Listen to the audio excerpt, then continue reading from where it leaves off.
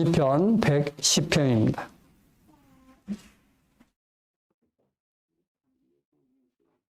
네, 110편 앞을 보시고 같이 낭송하시겠습니다. 야훼께서 내 주에게 말씀하시기를 내가 내 원수로 내 발등상 되게 하기까지 너는 내 우편에 앉았으라 하셨도다. 야훼께서 시온에서부터 주의 권능의 볼을 내어 보내시리니 주는 원수 중에서 다스리소서. 주의 권능의 날에 주의 백성이 거룩한 옷을 입고 즐거이 혼신하니 새벽 이슬 같은 주의 청년들이 주께 나오나이다. 나이는 맹세하고 변치 아니하시리라. 이르시기를 너는 멜기sed의 반차를 쫓아 영원한 제사장이라 하셨도다. 주의 우편에 계신 주께서 그 노하시는 날에 영광을 쳐서 파하실 것이라. 열방 중에 판단하여 시치로 가득하게 하시고 머리와 나를 머리를 쳐서 파하시며 길가에 신물을 마시고 인하여 그 머리를 드시리로다. 저는 이제 유튜브를 통해서 멜기세덱에 대해서 말씀하시는 목사님의 어떤 동영상을 보게 됐습니다. 보는데 그분은 미국의 남침례교회 어느 목사님이십니다. 그런데 성경에서 말하는 그 내용을 온전히 말하지 못하는 것입니다. 그래서 이 부분을 이야기해야 되겠구나 해서 이제 준비하면서 또 다른 분들, 우리나라에서 하는 분들도 여러 사람 들어봤습니다. 그런데 답이 안 나옵니다. 그래서 성경을 통해서 한번 살펴보겠습니다. 여기에 야훼께서 내 주에게 말씀하시기를 내가 내 원수로 내 발등상 되게 하기까지 너는 내 우편에 앉으라 하셨도다 있습니다. 우편에 앉으라. 그러니까 분명 하나님 아닌 다른 존재에게 너는 했죠. 2인칭을 써서 그렇게 표현을 했습니다. 그래서 이제 이 부분을 원어 성경을 한번 살펴보았습니다. 너는 내 우편에 앉으라 했는데 여기에 이제 야인이라는 단어를 쓰고 있습니다. 내 우편을 근데 영어 성경에 보면 in my right hand라고 되어 있습니다. 그래서 이제 이 부분을 사람들은 우편 이렇게 번역을 하는데 웹스터 사전 2양 B란에 나와 있다시피 하나님에 대해서 쓸 때는 우편이 아니라 영광스러운 자리, 상석 이렇게 쓰인다라고 되어 있습니다. 그래서 이것을 70인역을 가지고 한번 살펴봤습니다. 70인역을 보는데 110편이 없는 겁니다. 그래서 이제 보다가 위를 보니까 109편 되어 있는 겁니다. 그러니까 지금 성경에 110편을 이제 70인역에서는 109편으로 나옵니다. 그래서 여기에 보면 1절에 있어서 내 우편 했는데 여기에 이렇게 되어 있습니다. 우편이 너무나 쉽게 되어 있습니다. 에크, 덱시온, 무 이렇게 되어 있습니다. 그래서 우편이 뭐냐면 덱시온이 덱시오스로서 영광스러운 자리 이렇게 되어 있습니다. 영광스러운 자리에서 에크 나와라 이렇게 되어 있습니다. 그러니까 우리말로 번역한다면 그 영광스러운 자리에서 나와 있어라 이렇게 되는 겁니다. 그래서 이것을 이제 근거로 해서 이제 다시 번역을 했습니다. 자, 야훼께서 내 주에게 말씀하시기를 내가 내 원수로 내 발등상 되게 하기까지 너는 내 영광에서 나와 앉으라 하셨도다. 그러니까 무슨 이야기냐면 자, 저가 저를 가리켜서 이야기합니다. 제가 여기 있습니다. 그래서 이렇게 나와 있으면서 너 저를 가리켜서 이야기하는 거예요. 너는 이 자리에서 나와 있어 하는 겁니다. 그게 바로 뭐냐면 하나님이셔요. 그러니까 하나님께서 자신에 대해서 뭐라고 하면 너는, 그러니까 우리말은 나는 잠시 하나님의 영광의 자리에서 나와 있을 것이다. 그 이야기가 바로 110편인 것입니다. 그래서 이제 이것을 히브리어로는 이제 여러 가지로 이제 해석할 수 있기 때문에 이것을 헬라어로 70인용어로서 살펴보니까 그래 되는 겁니다. 자, 너는 내 영광에서 나와 앉으라 하셨다. 야훼께서 시온에서부터 주의 권능의 호를, 그러니까 주의 권능의 호를 뭐냐면 군 지휘관이 지휘봉을 들죠. 그런 것처럼 임금이 왕은 그러니까 왕을 뜻하는 홀입니다. 그러니까 지휘봉 같은 거예요. 그러니까 권능을 뜻하는 거죠. 그래서 주의 권능의 홀을 내어 보내시리니, 자, 하나님께서 하나님의 왕권을 내어 보낼 것이다. 어디서? 하늘나라에서. 저는 원수 중에서 다스리소서 했습니다. 주의 권능의 날에 주의 백성이 거룩한 옷을 입고 즐거이 헌신하니, 자, 자신을 하나님께 바친단 말입니다. 새벽 이슬 같은 주의 청년들이 주께 나오는도다. 야훼는 맹세하고 변치 아니하시리라. 이르시기를 너는, 자, 하나님께서 자신에 대해서 이야기하고 있습니다. 멜기세덱의 반차를 쫓아, 멜기세덱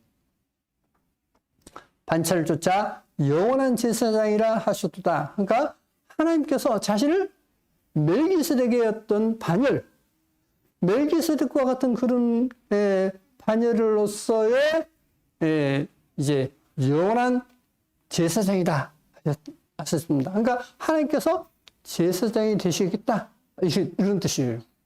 하나님께서 제사장이 되시겠다. 하나님께 제사 지는 제사장이 되시겠다. 주의 영광에서 나와 계신 주께서, 그러니까 우편이 아니라 주의 영광에서, 델시오스 아까 주의 영광에서 나와 계신 주께서, 그러니까 하나님께서 그 영광의 자리에서 나와 계신 주님께서, 이런 이야기입니다. 주께서 그 노하시는 날에 열왕을 쳐서 파하실 것이라. 열방 중에 판단하여 시치로 가득하게 하시고 여러 날의 머리를 쳐서 파하시며 길가에 시냇물을 마시고 인하여 그 머리를 드시리로다 했습니다. 그러니까 하나님께서 하나님을 거역하는 그들을 멸하실 것이다. 이렇게 말씀을 놓고 있습니다. 자, 그러면 이 시편 110편이 하나님은 뭐가 된다고요? 멜기세덱 제사장이 될 것이다 라고 지금 시편 110편에서 예언을 해놓고 있습니다. 예언을 해놓고 있는데, 그러면 그 예언이 어떻게 되는가 한번 보시겠습니다.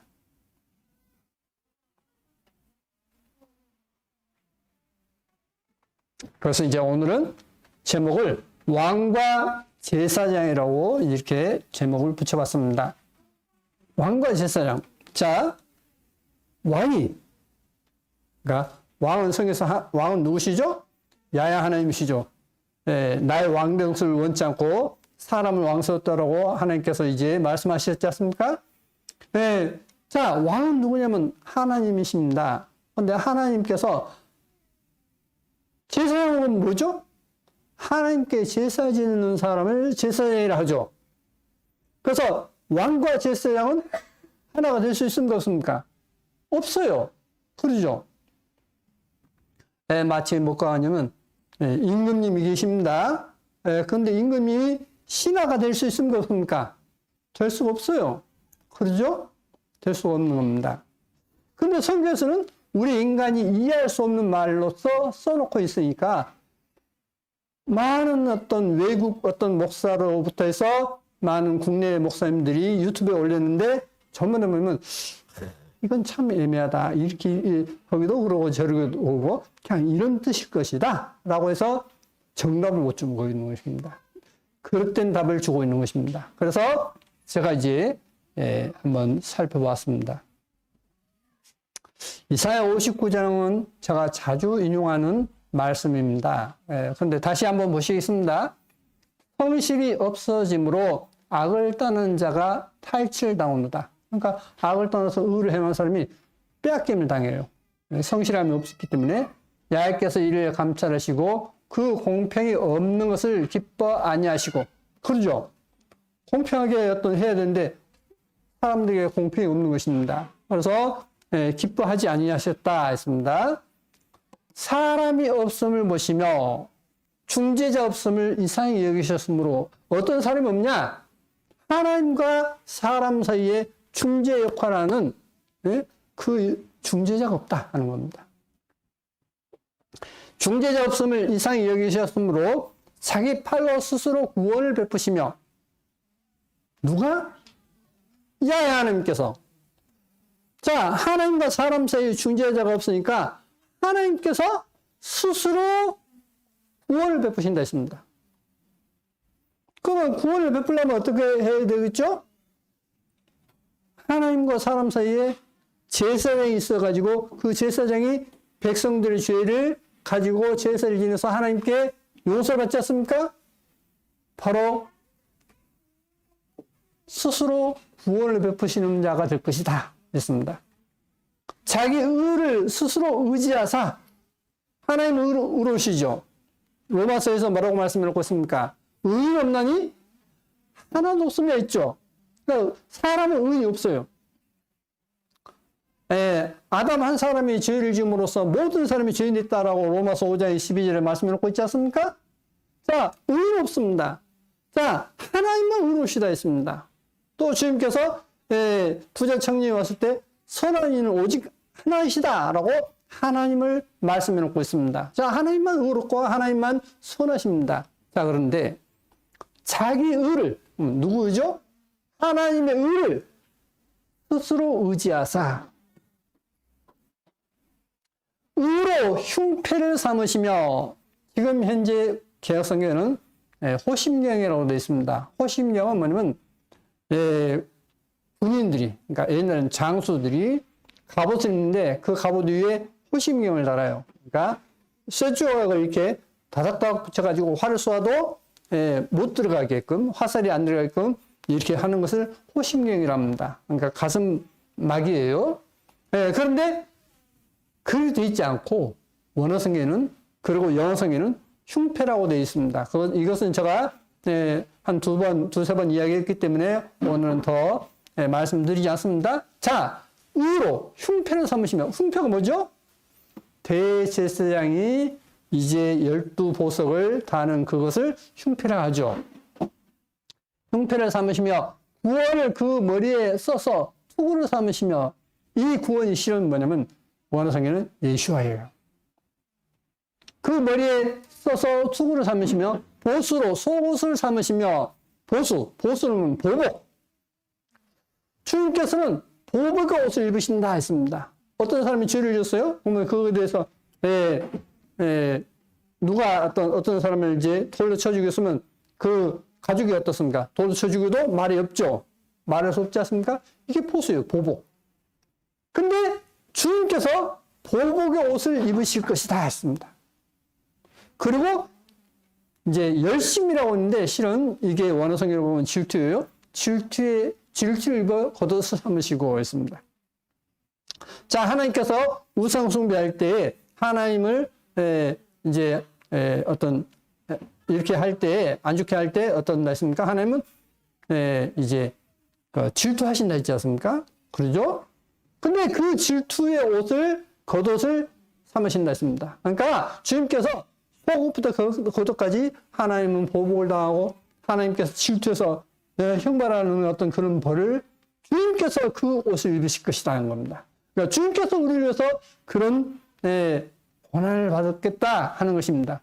그들의 행위대로 갚으시되, 자, 우리가 지은 죄를 주님께서 갚으심을 당하는 겁니다. 그 대적에게 분노하시며 그 원수에게 보응하시며 사람들에게 보복하실 것이라. 누구에게? 주님께서 주님에게 하는데 그 모든 백성들이 지었던 것을 주님에게 보복을 할 것이다. 이 말입니다. 자, 서방에서 야훼의 이름을 두려워하겠고 해 돋는 편에서 그의 영광을 두려워할 것은 야훼께서 그 기운에 몰려 급히 흐르는 하수같이 오실 것이미로다. 야훼께서 하나님께서 오실 것이다. 급히 흐르는 하수처럼. 산이 경사지면 비가 어떠죠? 물이 막 확 쏟아지죠. 그렇게 오시듯이 그렇게 오듯이 주님께서 오실 것이다. 누가? 야훼께서. 그러니까 호심경이 아니라 흉표죠. 대제사장으로서 주님은 오실 것이다 이 뜻이에요. 야훼께서 가르칠 때 구속자가 시온에 임하며, 자, 구속자가 시온에 임할 것이다. 죄에서 건지는 자, 대신 이제 값을 치르고 건지는 자가 시온 예루살렘에 올 것이다. 야곱 중에 조카를 떠난 자에게 이 말이라 하였습니다. 그러면 자, 여기서 구속자가 누구인가 보시겠습니다. 아론이 레기 이제 8장에 가슴에 흉패를 붙입니다. 히브리서 7장에 이 멜기세덱은 살렘 왕이요 지극히 높으신 하나님의 제사장이라. 멜기세덱은 누구다고요? 살렘 왕이다 했습니다. 지극히 높으신 하나님의 제사장이라. 자, 이게 무슨 말일까요? 멜기세덱, 이게 무슨 뜻이죠? 사람들은 이제 멜기세덱을 들어보지만 멜기세덱의 뜻을 잘 몰라요. 응? 저도 잘 모르죠. 그래서 저도 이제 찾아보고 이제 했던 것입니다. 자, 멜기세덱은 살렘 왕이요 지극히 높으신 하나님의 제사장이라. 그러니까 대제사장이죠. 여러 임금을 쳐서 죽이고 돌아온 아브라함을 만나 복을 빈 자라. 아브라함이 일제 10분의 1을 그에게 나눠 주니라. 그 이름을 번역한 즉 첫째 의의 왕이요 또 살렘 왕이 곧 평강의 왕이요 했습니다. 의의 왕, 이 뜻이 뭐냐면 실은 멜기세덱입니다. 멜기세덱이라는 뜻이 뭐냐면 의의 왕, 그 다음에 살렘 왕, 이 뜻은 뭐냐면 평강의 왕, 그러니까 평화의 왕, 그 뜻입니다. 자, 조금 더 보여드리겠습니다. 그것은 아비도 없고 어미도 없고 족보도 없고 시작한 날도 없고 생명의 끝도 없어 하나님 아들과 방불하여 항상 제사장으로 있느니라. 이렇게 되어 있습니다. 아버지가 없어요. 멜기세덱은. 그러니까 누구의 아들이 될 수가 없죠. 자, 여기 멜기 했습니다. 성경 낱말 사전에 멜키 했죠. 그 멜기세덱 할 때 그 멜기는 왕이라는 뜻이에요. 자, 멜기세덱 하면 의의 왕인 것입니다. 의의 왕. 그러니까 세덱은 뭐냐면 의한 뜻이에요. 자, 그래서 말레키, 세덱 그렇게 돼 있어요. 본래 히브리어로는. 근데 영어로 번역할 때 멜기세덱 이렇게 번역을 해서 우리는 음역한 것입니다. 자, 그래서 멜기세덱은 뭐냐면 멜기는 뭐냐면 왕이고 세덱은 뭐냐면 의의, 그러니까 의의 왕이다. 이 뜻이에요. 자, 그래서 그럼 의의 왕은 누구시냐? 의롭네 하나도 숨어 있지 않습니까? 로마서에서. 그래서 이사야 5장 16절에 오직 망군의 야훼는 공평함으로 높임을 받으시며 거룩하신 하나님은 의로우심으로 거룩하다 함을 받으시리니 있습니다. 하나님 어떠시다고요? 의롭다. 오직 하나님 의롭다 있지 않습니까? 성경에. 그래서 아까 이제 멜기세덱 하면 의의 왕이라 했죠. 그 말은 뭐냐면 오직 하나님은 의로우시기 때문에 멜기세덱 그분은 하나님이다 이 뜻이에요 지금. 무슨 이야기인지 아시겠습니까? 근데 이 사람들은 이것을 무시해버려요. 어떻게 사람이 살렘 왕이라 했으니까 살렘 지역의 왕이다. 그건 살렘이 예루살렘이니까 예루살렘의 옛날 지명으로서 왕일 수 있을 것이다. 이렇게 추측하는 것입니다. 그러나 성경은 분명 그 단어가 가지고 있는 뜻대로 실제로 성경은 되어 있습니다. 멜기세덱은 누구냐? 야훼 하나님이십니다. 그러면서 그때도 제사장이 있어요. 아브라함 때도 멜기세덱은 왕이시고 의의 왕이시고 살왕 평화의 왕이시고 또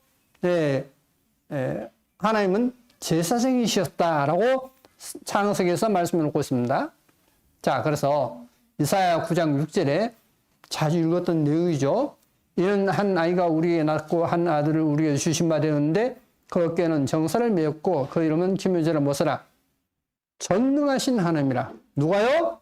한 아기로 태어난 아들이. 그죠? 영전하시는 아버지라. 누가? 아들이. 그러면 아들 누구예요? 예수아시죠.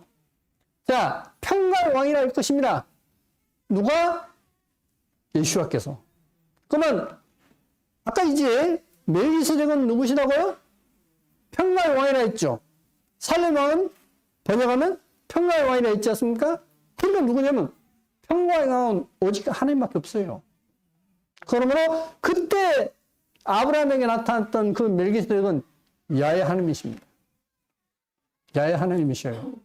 자, 또 근거를 더 보여드리겠습니다. 썬다싱 책 제가 여러분 가정에 다 한 권씩 들었죠. 예전에 오래전이죠. 한 20년 됐습니까? 그건 20년 됐을 겁니다. 그건 20년 전에 제가 이제 여기 순천 교회에 나왔던 분들에게 다 한 권씩 들고 또 타지역도 여러 번 들었어요. 그때 그건 100권을 나눠드렸어요. 거의 100가정에 이렇게 나눠드렸는데, 자, 여기 이제 썬다싱이 하나님께 기도를 하고 있습니다. 기도하는데 허름한 옷을 입은 분이 걸어오시는 거예요. 나도 이게 양탄자 이거 하나밖에 한 속에 굴 속에서 나 이거밖에 없는데 바위 위에서 앉아가고 있는데 나는 어떤 저 사람이 와도 내가 어떤 줄 것이 없는데 왜 올까? 그래서 이제 궁금한데 만나서 이야기하게 돼요. 근데 그분이 이제 말씀하시는 가운데 그러면 당신은 언제부터 있었습니까? 그러니까 세상이 창조될 때부터 라고 합니다. 그래서 이 탐구자는 누구냐면 지금 썬다싱입니다. 그래요? 그렇다면 당신은 예언자시군요. 당신에 대해서 모두 말씀해 주십시오. 그리고 나를 축복해 주시고 당신의 제자로 삼아주세요 라고 합니다. 그러니까 멜기세덱이 뭐라고 하냐면 내가 인간의 구원을 위하여 육신을 입은 지 아직 2000년이 되지 못했지만, 그러니까 19세기 말이니까 2000년이 아직 못 됐습니다. 나는 이전에도 존재했으며 나는 영원이며 영존하는 아버지요. 이사야 9장 6절. 나는 의와 평강의 왕이며 제사장이요.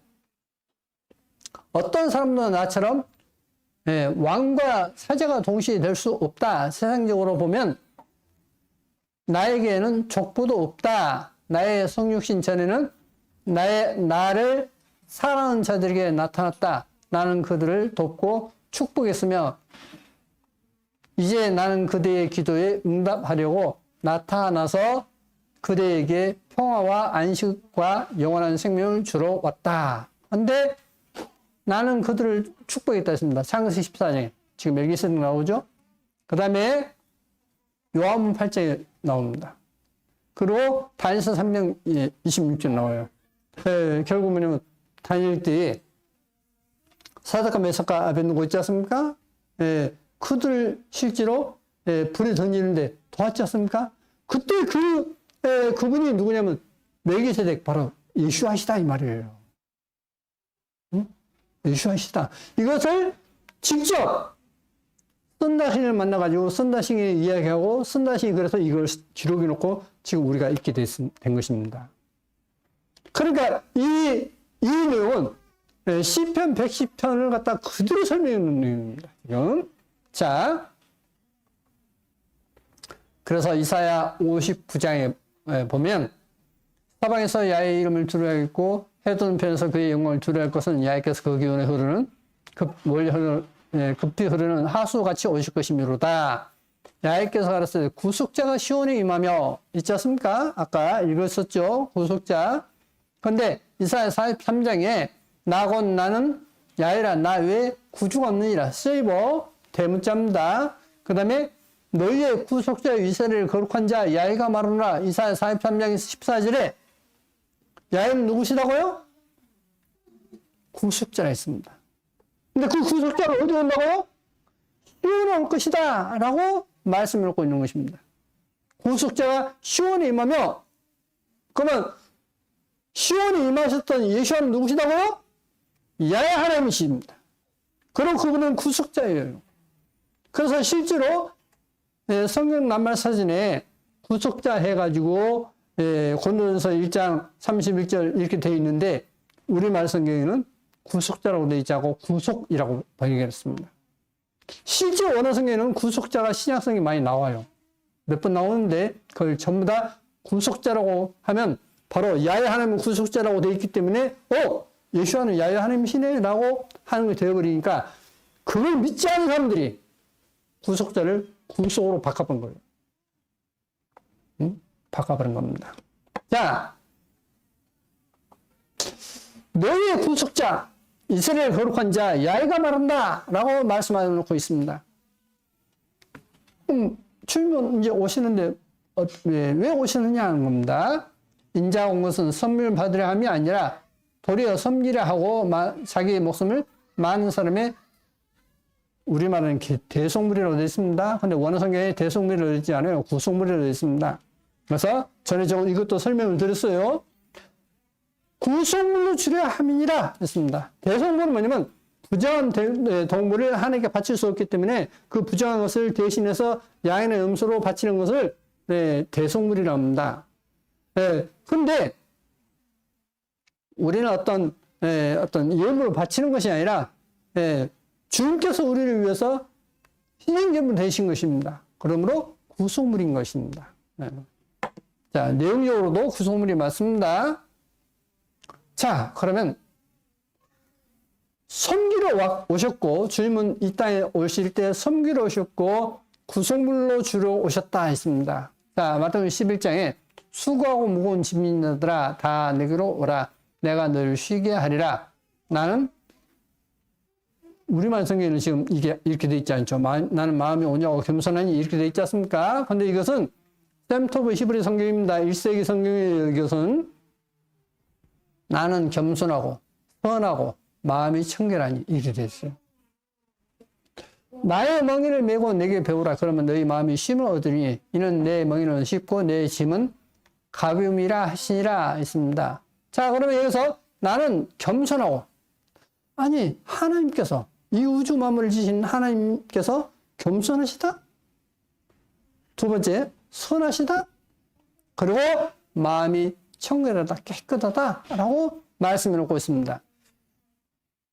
자, 그러면 이제 이것을 근거로 해서 보시겠습니다. 마태복음 19장에 어떤 사람이 주께 와서 가로되 선생님이여 내가 무슨 선한 일을 하여 영생을 얻으리까? 예수께서 가라사대 때 어찌하여 선한 일을 내게 묻느냐? 선한 일은 오직 한 분이시니라. 야훼 하나님이시죠? 내가 생명에 들어가려면 계명들을 지키라 했습니다. 그런데 출애굽기 32장에 이튿날 모세가 백성에게 이르되 너희가 큰 죄를 범하였도다. 내가 이제 야훼께로 올라가노니 혹 너희의 죄를 속할까 하노라. 지금 금송아지 만든 것 때문에 지금 하고 있는 것입니다. 하고 야훼께로 다시 나아가 여쭤오되 슬프도소이다. 이 백성이 자기들을 위하여 금신을 만들어 싸우니 큰 죄를 범하였나이다. 그러나 합의하시면 이제 그들의 죄를 사하시옵소서. 그렇지 않으면 안 싸우면 원컨대 주에 기록하신 책에서 내 이름을 지워버려 주옵소서. 그러면 하나님의 책에서 지워져 버리면 어떻게 가죠? 지옥 가는 거죠. 자, 여러분이 참 신앙 이런 것이 무엇인지 아십니까? 지금 왜 주님께서 왕이시며 제사장이다라고 말씀한 줄 아십니까? 왜 주님께서는 나를 떠올려거든 자기를 부인하고 자기 십자를 지지 않고 내게 합당치 않다라고 하신 줄 아십니까? 그 뜻이 무엇인지 아십니까? 여기 있습니다. 이 모세가 뭐라고 하냐면 이스라엘 백성들이 하나님을 섬기지 않고 우상 숭배를 해버립니다. 그러니까 하나님께서 이제 노하신 거예요. 노하시는데 그 하나님 앞에 뭐라고 부탁을 하냐면 용서해 주십시오. 백성들을 용서해 주십시오. 용서해 주지 않을 것 같으면 차라리 저의 이름을 아버지 책에서 지워버리십시오. 지워버리면 지옥 가는 거지 않습니까? 그걸 선택했던 거예요. 뭐 흉내낸 게 아닙니다, 이게. 흉내낸 게 아니에요. 야훼께서 모세에게 이르실 때 누구든지 내게 범죄하면 그는 내가 내 책에서 지워버리리라. 이제 가서 내가 내게 말한 곳으로 백성을 인도하라. 내 사자가 내 앞서 가리라. 그러나 내가 보응할 날에는 그들의 죄를 보응하리라. 야훼께서 백성을 치시니 이는 그들이 아론에 만든 바 그 송아지를 만들었습니다. 했습니다. 그래서 하나님께서 그들을 치셨어요. 금송아지 만드는 사람들을 치셨습니다. 근데 여기서 눈여겨볼 것은 모세가 어떤 태도를 취했느냐 하는 겁니다. 용서해 주십시오. 그렇지 않으면 저 이름을 책에서 지워버리십시오. 그러니까 모세는 정말 자기를 위해서 산 사람이 아니에요. 이스라엘 백성들을 위해서 정말 자기를 바쳤던 사람인 것입니다. 자, 두 번째로 사도 바울입니다. 로마서 9장에 내가 그리스도 안에서 참말을 하고 거짓말을 아니하노라. 내게 큰 근심이 있는 것과 마음에 그치지 않는 고통이 있는 것을 내 양심이 성령 안에서 나로 더불어 증거하노니 나의 형제 곧 골육의 친척을 위하여 내 자신이 저주를 받아 그리스도에게서 끊어질지라도 또 원하는 바로라. 무엇을요? 내가 그리스도에게서 끊어져서 저주를 받는다 해도 내 골육 친척이 구원받기를 바란다. 이게 사도 바울의 마음이었습니다. 자, 여러분이 지금 왜 결과가 없느냐, 열매가 없느냐, 이유는 간단합니다. 내 어떤 남편, 내 자식이 어떤 정말 구원받기를 원한다면, 내 남편, 내 아내, 내 자식이 정말 구원받기를 원한다면, 하나님, 저를 차라리 그냥 벌하십시오. 저들을 어떤 구원해 주지 않을 것 같다면 저를 차라리 벌해 주십시오. 저를 위해서 제가 목숨 바치겠습니다. 이 기도를 하나님은 실은 원하셔요. 그 마음 자세를 원하시는 겁니다. 그게 바로 자기 십자가인 것입니다. 자, 사도 바울이 이런 마음을 가졌습니다. 그래서 로마서 12장에 이렇게 권면하고 있습니다. 사도 바울께서는 그러므로 형제들아 내가 하나님의 모든 자비하심으로 너희를 권하노니 너희 몸을 하나님이 기뻐하시는 거룩한 산제사로 드리라. 이는 너희의 드릴 영적 예배니라 했습니다. 우리가 정말 마음으로 어떤 영적인 예배가 뭐냐면 사실 산 제물로 드린 겁니다. 자, 보십시오. 그리스도께서 야훼 하나님께서 제사장으로 오셨죠? 왕이신데 만왕의 왕이신데 제사장으로 오셨죠? 그리고 자신을 구속물로 주셨어요. 그럼 우리는 뭐냐는 겁니다.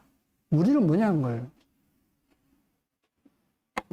자, 산제사로 드리라 했는데 마태복음 10장에 아비나 어미를 나보다 더 사랑하는 자는 내게 합당치 아니하고 아들이나 딸을 나보다 더 사랑하는 자도 내게 합당치 아니하고 또 자기 십자가를 지고 나를 쫓지 않는 자도 내게 합당치 아니하니라. 자기 목숨을 얻는 자는 잃을 것이요 나를 위하여 자기 목숨을 잃는 자는 얻으리라 했습니다. 자, 뭐라고 써놓고 있냐면 자기 십자가를 지고 나를 쫓지 않는 자는 내게 합당치 않다 했습니다. 그러니까 주님을 따르면 죽을 각오로 따라야 한다는 거예요. 그렇지 않으면 합당치 않다는 겁니다. 죽을 각오로 따르지 않으면. 왜? 주님께서 자신을 내어주셨기 때문에. 자, 여러분이 남녀간 사랑하는데 내가 어떤 그를 위해서 막 희생하는데 그는 얌축구처럼 밥 한 번 먹고 아무것도 안 해. 그럼 어떠죠? 사랑이 맺어집니까? 맺어지지 않습니까? 안 맺어지지 않죠? 주님께서 우리를 위해서 목숨 버리셨습니다. 우리가 주님 위해서 목숨 버리라 그 뜻이 아니에요. 내가 너를 위해서 목숨 버리는 것처럼 너는 너의 가족 이웃을 위해서 너 목숨 바쳐. 그래야 너 가족이 주님께로 올 수 있지 않냐 이 뜻입니다. 지금 너의 자신을 제물로 바치라는 거예요. 근데 사람들은 자기 가족을 위해서 자기 목숨을 내놓지 않아요. 내가 희생제물을 위해서라도 내 가족이 주님의 자녀가 되기를 바라는 간절한 그람이 없다 이 말입니다. 이야기도 안 돼. 그는 자기를 제물 바치지 않은 것입니다. 이야기도 안 돼. 그것은 제물 바쳐본 적이 없는 사람이에요. 우리와 하나님 사이에 죄가 용서될 수가 없습니다. 희생제물이 있었기 때문에 용서되고 하나님께 나아갈 수 있었던 거예요. 그와 같이 여러분 가족이나 어떤 사랑하는 사람이 주님께로 가는데 갈 수가 없어요. 여러분이 희생제물이 돼야 되는 겁니다. 그것이 자기 십자가를 지는 것입니다.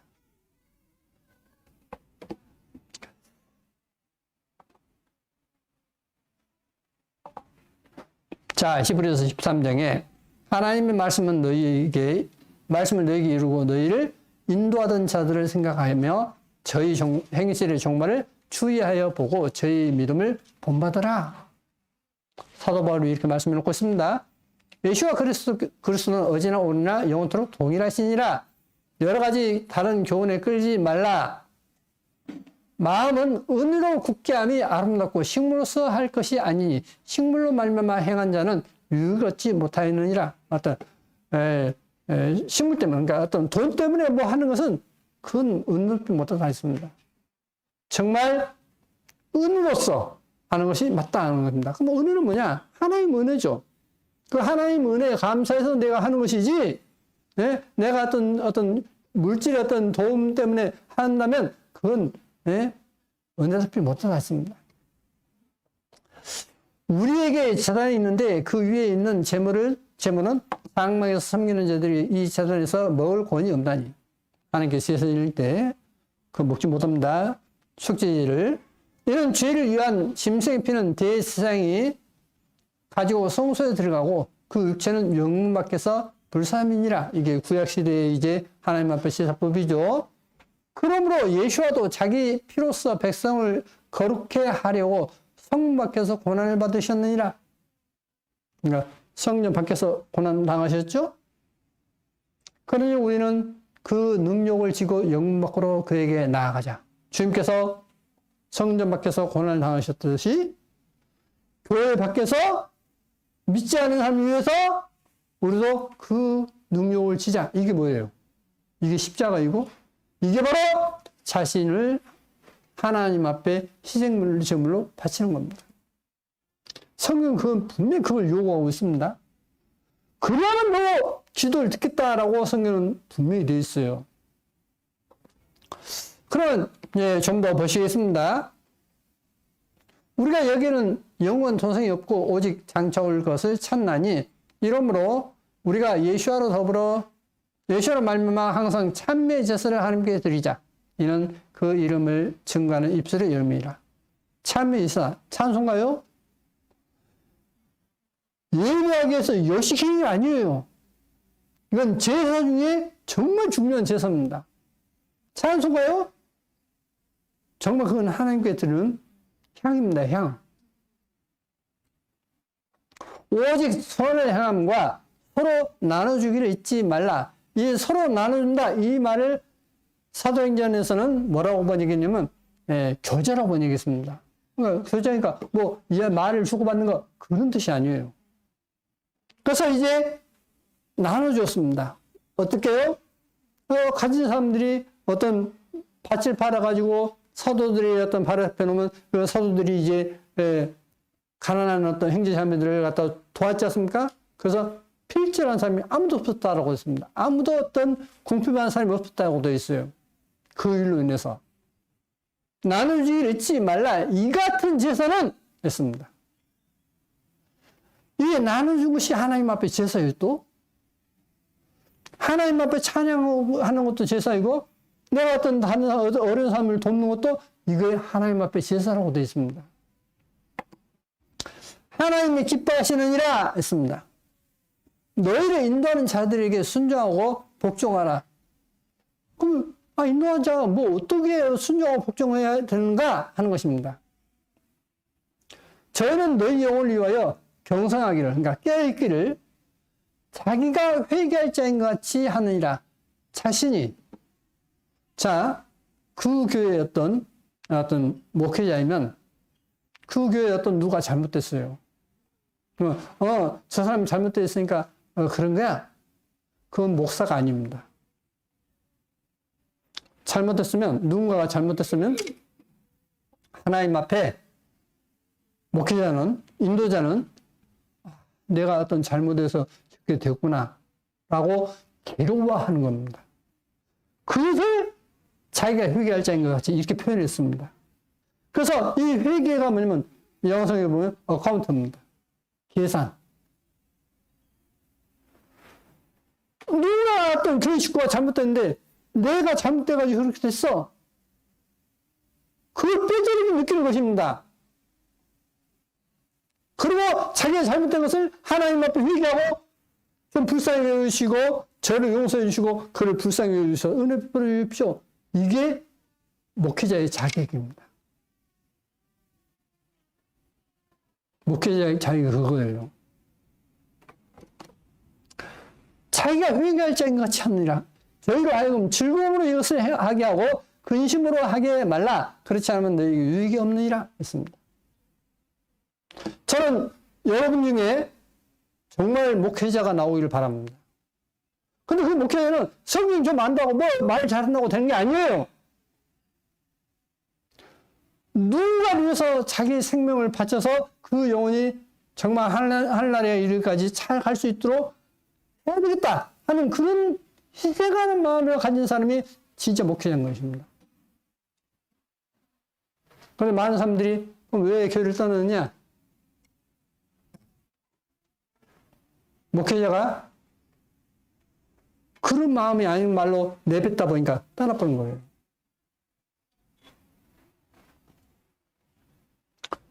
우리는 그러면 여기서 목회자만 그런 뜻이냐? 그 차원이 아니에요. 우리 모두는 하나님 앞에 어떤 사람이죠? 그리스도의 피로 뭘로 됐죠? 뭐가 됐죠? 우리 개혁성경에는 지금 나라와 제사장으로 삼으셨다 했지 않습니까? 계시록 1장에 왕들과 제사장으로 삼으셨다 했어요. 우리는 왕이고 뿐만 아니라 제사장이고 또 뿐만 아니라 우리는 희생예물이 된다는 그 생각을 갖는 사람이면 목회자의 자격이 있는 것입니다. 성경 많이 안 돼서 된 게 아니에요. 몰라도 돼요. 조금밖에 몰라도 됩니다. 그럼 하나님은 지혜 주셔서 점점 배워가면 되는 겁니다. 자, 그래서 계시록 1장에 또 충성된 증인으로 죽은 자들 가운데서 먼저 나시고 땅에 우리말 성경은 임금들 했죠. 킹스니까 왕들이 해야 되겠죠. 그래야만 이해가 쉽습니다. 이제 뒤에 내용을 보시면 땅에 왕들의 머리가 되신 예수와 그리스도로 말미암아 은혜와 평강이 너희에게 있기를 원하노라. 우리를 사랑하사 그의 피로 우리 죄에서 우리를 해방하시고, 그러죠? 그 하나님, 그 아버지 하나님이 우리를 왕들과 우리 개성에는 나라라고 있습니다. 그래서 사본에 보면 어떤 사본에는 나라라고 되어 있고 어떤 사본에는 왕들이라고 되어 있어요. 그런데 왜 우리를 왕들과 제사장들로 삼으신 그에게 영광과 능력이 세세토록 이끌어 원하노라 하면 했느냐? 자, 보세요. 우리가 이치를 따져보자 이 말입니다. 왕들의 머리가 되신 예수와 그리스도. 그러면 많은 왕들 있죠. 그 머리시죠. 예수와는 그럼 누가 왕이냐? 우리를 왕들과 제사장으로 함했다 했습니다. 맞죠? 아니, 왕들의 머리신 예수와 그리스도 했는데 누가 왕이란 말이 없으면 안 돼버리죠. 바로 우리 왕들과 제사장을 삼겠다 했습니다. 그러니까 여기 있는 모든 행제하면은 주님을 영접하는 모든 행제하면은 뭐다고요? 하나님 앞에 왕이고 제사장이에요. 왕 중에 왕은 그래서 예수와 그리스도인 것입니다. 우리는 왕이에요. 자, 그 말은 무슨 말이냐면 왕이 임금님이 길을 가는데 옛날 말로 표현하면 쌍놈이 걷듯이 걸으면 되겠습니까? 안 되는 거예요. 왕답게 걸어야 돼요. 그죠? 자, 제사장이 어떠죠? 이스라엘 유대 구약 시대에 보면 제사장은 정말 거룩한 옷을 입었지 않습니까? 단지 옷을 입어야 돼요. 당연히. 그런다고 뭐 작업할 때도 뭐 그렇게 입으라는 이야기 아니죠. 당연히 하나님 앞에 우리는 왕이고 제사장인 것입니다. 그럼 왕답게 행동하고 제사장답게 행동해야 돼요. 제사장 뭐냐? 백성들의 어떤 그 죄를 담당하기 위해서 하나님 앞에 제사장은 중간 역할을 하는 것입니다. 그래서 우리는 내 가족으로부터 내 이웃에 이르기까지 우리는 뭐냐? 제사장 일을 해야 돼요.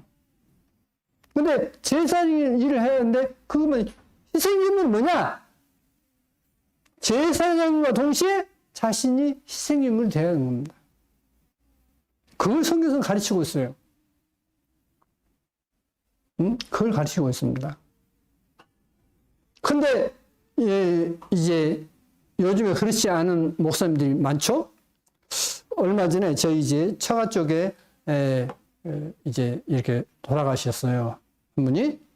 그래서 이제 그 자녀들이 이제 온 것입니다. 서울에 사는 이제 그 자녀가 뭐라면 이야기하면 자기 목사님이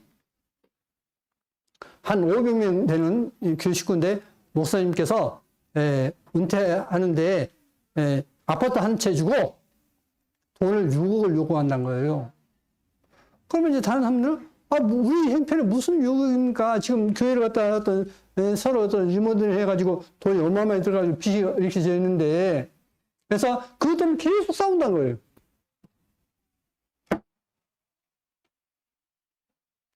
목사 답습니까? 목사는요, 그야말로 내 모든 걸 바쳐서 그들이 잘 되기를 바라고 요구하지 않는 겁니다.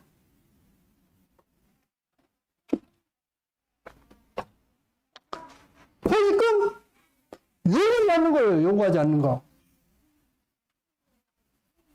그 진짜 목사는. 아니 자기를 희생금을 바친다는데 퇴직금 요구한다고요? 성경은 어떻게 되어 있느냐? 성경에는요, 구약에 보면 제사장이 이제 나이가 들어서 이제 제사 지낼 수 없지 않습니까? 그러면 다른 제사장과 함께 똑같이 그것을 나누어요. 그러니까 지금 표현대로 하면 목사는 이제 많은 활동하지 않습니까? 그러니까 당연히 돈이 많이 들죠. 근데 은퇴한 목사는 돈이 적게 들죠? 그러니까 최소 어떤 생활비만 저는 주면 된다라고 저는 생각하고 있습니다. 그게 성경이 주는 우리에게 답이다라고 봅니다. 근데 저는 여러분에게 요구하겠다 그런 뜻이 아니에요. 사람들이 필요 없는 욕심 부리기 때문에 하는 얘기예요. 여러분, 우리는 하나님 앞에 왕이고 하나님 앞에 제사장이고 우리는 희생제물인 것입니다. 이 세 가지인 것을 잊지 마십시오. 내 가족이 정말 하나님 알고 천국하기를 바란다면 내가 제사장으로서 나를 희생제물로서 바쳐야 돼요. 나를 희생해서라도 천국하게 하는 것입니다. 자, 저는 목회하면서 정말 보람을 느낀 때가 언제냐면 교회 식구들 가운데 이것도 이제 다 알고 계시다시피 저한테 전화 옵니다. 아침에 목사님 보고 싶어요. 왜요? 목사님 그리스도께서 천사들과 함께 오셨는데 우리 어머니도 왔어요. 그래요? 쫓아갔어요. 그때 수련회 준비를 하는 이제 하루 전날이었는데 장을 봤는데 쫓아갔습니다. 장 보고 이제 쫓아갔어요. 그때는 이제 직접 밥을 해 먹었기 때문에. 가서 이제 가족을 다 모아놓고 이제 이야기를 했습니다. 비디오 카메라로 딱, 이제 셋하면 누르면 이제, 이제 녹화될 거면 이제 다 준비해놓고, 이거 누가 그냥 이야기해 보네요. 다 끝나고 보니까, 이거 비디오를 갖다 찍지 못했습니다. 근데 그때 들은 이야기 뭐냐? 저만 들은 게 아니라 그 병실에 있었던 사람들이 다, 가족이 다 들었지만은, 예수님께서 많은 천사들과 함께 어머니도 같이 오셨다. 근데 어머니가 뭐냐면, 딸 이름 부르면서, 영희야, 가자! 하시더란 거예요. 그러니까, 딸이 뭐라 했냐면, 나 좀 이따 갈 거요. 근데 아침 9시경에 그랬는데, 바로 새벽 2시경에 두 동생과 함께 찬송가를 부르면서 눈을 감았다 하는 것입니다. 기쁨의 눈물을 흘리면서. 여러분, 저는 여러분이 아무도 나고자가 없이 정말 천국에, 여러분의 천국은 어떤 곳인지 아십니까? 여러분을 위해서 금과 보석으로 집을 지어놨어요. 다 여러분 각자를 위해서. 왕처럼 살 수 있도록.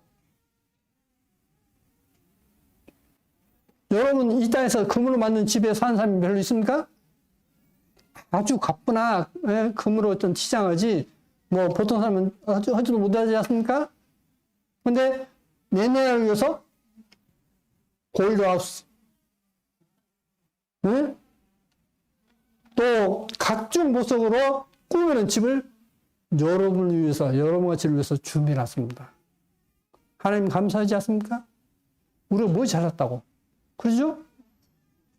하나님께 감사할 뿐입니다. 그 하나님께서 우리를 구원하시기 위해서 인간으로 오셔서, 종으로 오셔서 여러분과 저를 위해서 희생제물을 내셨어요. 우리는 그분을 따르는 것입니다. 자, 그래서 우리를 왕들과 제사장들로 삼으셨다라고 말씀해 놓고 있고, 이분이 바로 이제 남침내의 이제 목사이자 박사이십니다. 간단히 말해 멜기세덱이 왕이자 제사장이기 때문이었습니다. 라고 나와요. 자, 전에 한번 보여드린 적 있죠? 20년 만에 부활한 검이 묻는다. 왜 믿습니까? 하는 거예요. 자, 이제 여기서 28세 됐던 해 했는데, 그것만 좀 더 확대했습니다. 28세 되던 해, 한 선배 만화가의 전화를 받았다. 오랫동안 헤어졌던 어머니를 다시 만났는데, 병이 깊으시다. 흥룡아, 너 교회 가봤다고 하지 않았느냐? 1년이라도 더 모실 수 있도록 기도 좀 해다오. 선배의 목소리가 너무 절실했다. 쑥스럽지만 성스레 앞에 놓고 기도를 시작했다. 좀 살려주시면 안 될까요? 그때 작가는 믿을 수 없을 만큼 분명하게 한 음성을 들었다고 했다. 내가 대신 죽을 수 있느냐? 새벽 2시쯤이었어요. 너무 두려웠어요. 왜? 내가 남의 엄마를 위해서 죽겠느냐고 밤새 눈물 콧물 흘리며 때렸었죠. 그 뒤로는 내 욕심을 차릴 때마다 남을 위해 나누는 걸 망설 때마다 그 음성이 기억나요. 그러니까 누군가를 위해서 기도하지 않습니까? 그러면 무엇을 어렸듯이 사도 바울이 그랬듯이 그러면 너 그 사람 위해서 대신 죽을 수 있냐 할 때 예! 제가 죽어서라도 그가 잘 되기를 바랍니다라고 하는 그 마음으로 기도를 해야 돼요. 여러분 가족이 됐든 아니면 이웃이 됐든 누구를 위해서 했든 친구를 위해서 기도하든 그렇게 기도해야 됩니다. 그래야 하나님께서 받으시는 기도예요.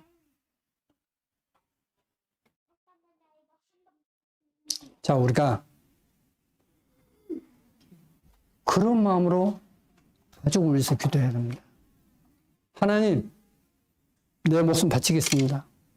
나 죽어도 좋으니까 내 가족, 구원받게 해주십시오. 꼭 그렇게 기도하십시오.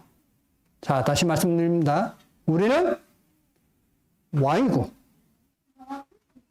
제사장이고, 희생제물입니다. 주님은 왕이시고, 왕 중에 왕이시고, 대제사장이시고, 그리고 구속물이 되셨습니다. 우리도 그를 본받아 따라가는 것이 십자가를 지고 따라가는 것입니다. 여러분이 오늘 들은 이 말씀을 깊이 생각하시고 하나님께 기도한다면 분명 하나님은 속히 응답해 주실 것입니다. 여러분 가정에 하나님의 은혜가 충만하기를 바랍니다. 기도하시겠습니다.